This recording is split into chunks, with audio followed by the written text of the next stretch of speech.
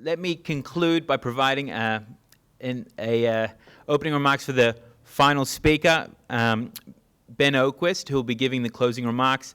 Ben was the former executive director of the Australia Institute, currently a board member, and is a friend and mentor and a long-time champion in this space. Please welcome Ben.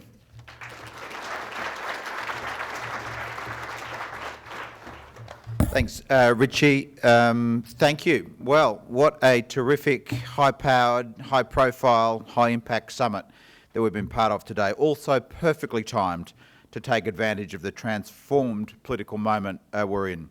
As Richie said, for those who don't know me, I'm Ben Oquist, formerly the Executive Director of the Australia Institute. Thank you, Richard Dennis, for taking on that great load. And now work at leading government relations firm DPG Advisory. And here today, as Richie said, as a board member of the Australia Institute. Congratulations to the Australia Institute for its role in helping organise today's event. Clearly the Institute, the country's leading high-impact think tank. Congratulations in particular to Richie Merzian, the Climate Energy Lead Program lead there, and Transport Lead Audrey Quick, who I know many of you have interacted with in relation to this summit. What a great powerhouse you and your teams are. Also to the Smart Energy Council, John, your leadership and entrepreneurialism is inspiring. Bayhad and the EV Council, your unrelenting advocacy is a model for others to follow. And to the big new kids on the block, Aitan and the team at Boundless, wow, what a shake-up of the scene you're making already. It's exciting to watch, let alone be a part of your network. Mike Cannon-Brooks, thank you for not just being willing to put your money where your mouth is, but just as importantly, be willing to put your mouth where your money is. It's all too easy to be quiet and not stick one's neck out. Speaking up is enormously powerful, but I know it's not without its downsides. You are setting a new benchmark. We need progressive capital, not just to give, not just to act, but to speak out, to use its powerful voice in the public debate, to decarbonise our economy in the timeline needed, in fact requires it. So thanks to you. It's fitting that this event took place here in Canberra, the first jurisdiction, as been mentioned earlier, to transition to 100% net renewables outside Europe, and now the first to set a date to ban fossil fuel vehicles in Australia. What a terrific, dynamic, policy agenda-setting city Canberra has become. The riding talk of the Canberra bubble is gone, and indeed Canberra is back, taking its rightful place at the very heart of our democracy and politics. And I know many of you enjoyed hearing the Chief Minister, Andrew Barr, today. So, to the politics. They say good policy makes good politics. Unfortunately, we all know that it's not been that simple. In fact, to get good policy outcomes that are being proposed here today will require some good, clever, strategic politics.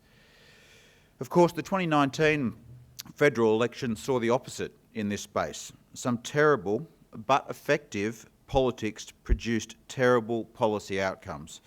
In fact, as Chris Bowen said earlier, it resulted in complete policy failure for many years. The former government's unhinged attacks on electric vehicles and the weekend was a low point.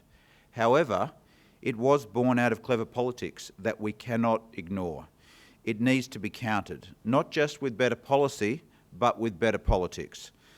And, of course, that's what today has been all about, bringing together business, entrepreneurs, philanthropists, unions, key politicians, non-government organisations and experts to put aside different priorities and find a common agenda at the right time. It is, in fact, a great feat of good politics and political action here today. Congratulations.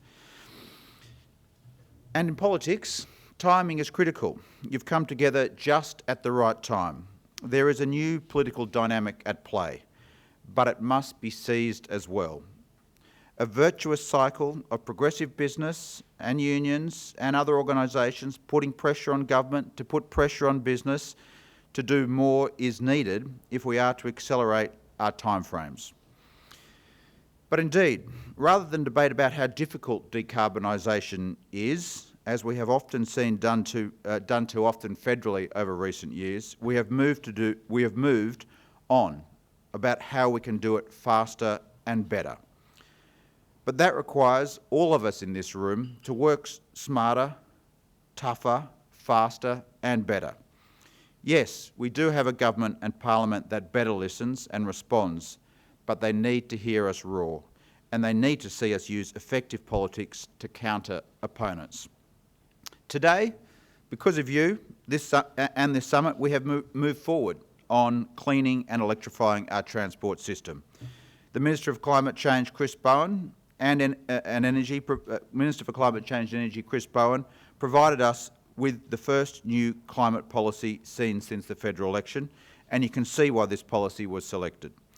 But we are only at first base, and Australia, as you have heard, is a world laggard, and consumers are being denied cheaper, cleaner, healthier, safer alternatives, and Australia is being denied future prosperities.